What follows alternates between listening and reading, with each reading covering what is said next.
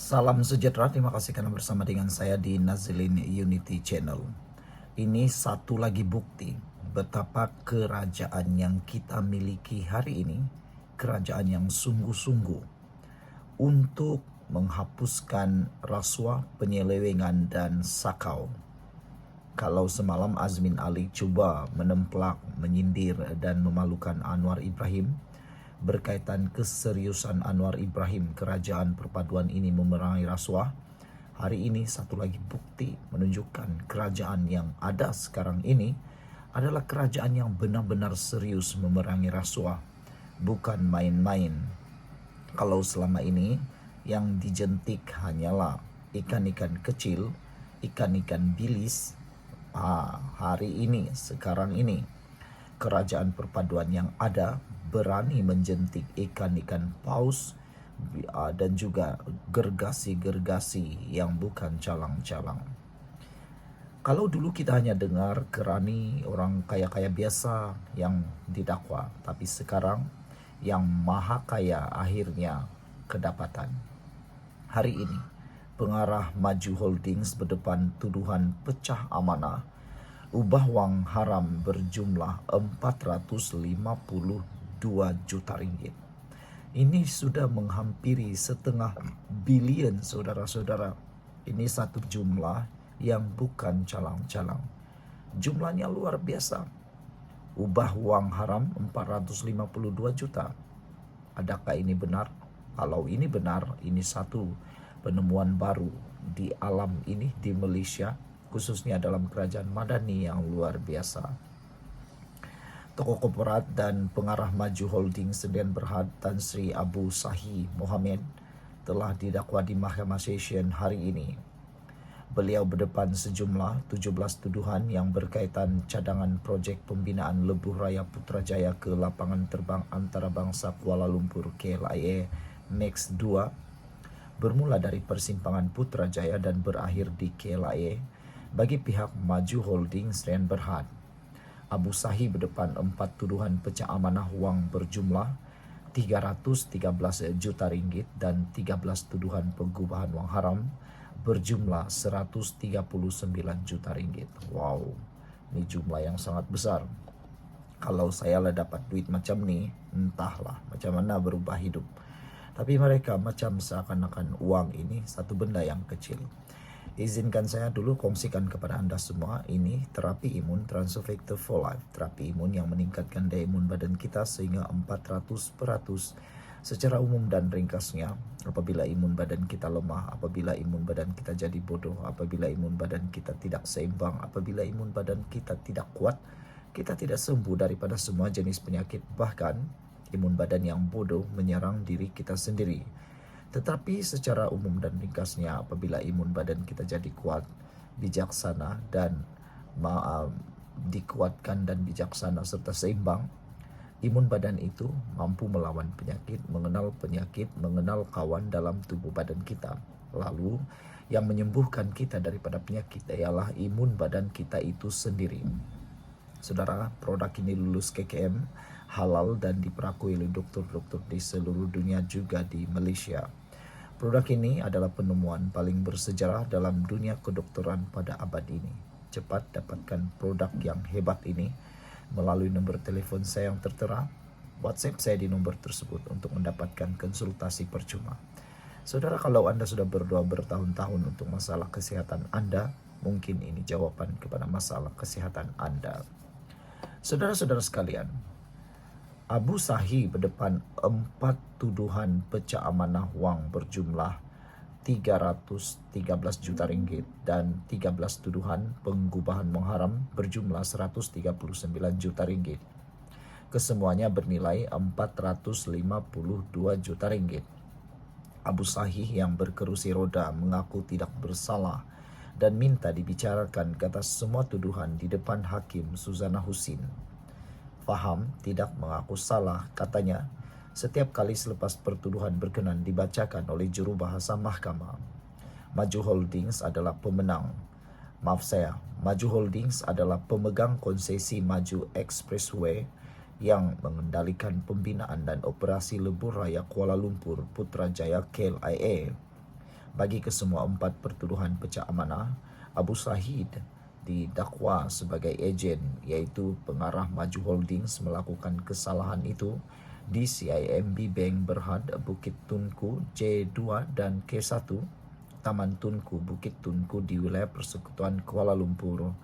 Beliau diwakili Peguam Hisham Teh Pok Teh. Mahkamah membenarkannya diikat jamin dengan wang sebanyak 1,5 juta ringgit. Pasportnya turut diserahkan kepada mahkamah. Isteri pun didakwa kerana menggubah wang haram. Isteri beliau, Toh Puan Nur Azrina Azmi, didakwa atas tuduhan menggubah wang haram lebih daripada 60 juta ringgit. Nur Azrina, 48 tahun, telah mengaku tidak bersalah di hadapan Hakim Mahkamah Session Rosli Ahmad. Beliau berdepan tuduhan menerima hasil wang daripada aktiviti haram berjumlah 67 juta ringgit dalam akaun banknya dari akaun suaminya. Kesalahan itu dilakukan di antara 6 Mac 2017 dan 27 November 2017 di CIMB Cawangan Bank Bukit Tunku Kuala Lumpur. Tuduhan dibacakan bawah Seksyen 4 dalam kurungan 1 Akta Pencegahan Penggubahan Wang Haram, Pencegahan Pembiayaan Keganasan dan Hasil daripada Aktiviti Haram 2001. Mahkamah membenarkan ikat jamin dengan wang RM500,000 dan pasport diserahkan kepada mahkamah. Sebutan kes seterusnya ialah pada 3 November. Sekian dulu untuk kali ini. Jangan lupa tinggalkan komen anda, tekan butang subscribe. Bye-bye. Salam sejahtera, terima kasih kerana bersama dengan saya di Nazilin Unity Channel. Dalam inkuis Zara Karina hari ini, didedahkan ada 21 beg bukti kes polis dan saksi kedua memberikan keterangan. Dalam keterangan itu telah dinyatakan beberapa dapatan baru yang kita tidak pernah tahu sebelum ini, termasuklah tulisan-tulisan dalam buku Zara Karina. Ada yang mula bertanya-tanya, adakah dalam tulisan buku Zara Karina itu pernah Zara Karina meluahkan sesuatu atau pernahkah dia menulis sesuatu? Kerana ada beberapa netizen yang menyatakan bahawa ketika mereka menjadi remaja, mereka seringkali susah nak meluahkan kepada orang. Lebih-lebih lagi kalau ada orang yang tidak pandai memahami, ada orang yang tidak mahu mengerti atau tidak peduli. Jadi, apa yang Zara Karina mungkin telah lakukan ialah beliau mungkin telah menulis di dalam catatan-catatan di buku kerja maupun buku nota atau mungkin di diary beliau. Baru-baru ini juga tular di media sosial, kononnya ada tulisan yang memberikan gambaran Zara Karina di dalam keadaan yang memang dalam keadaan yang tertekan.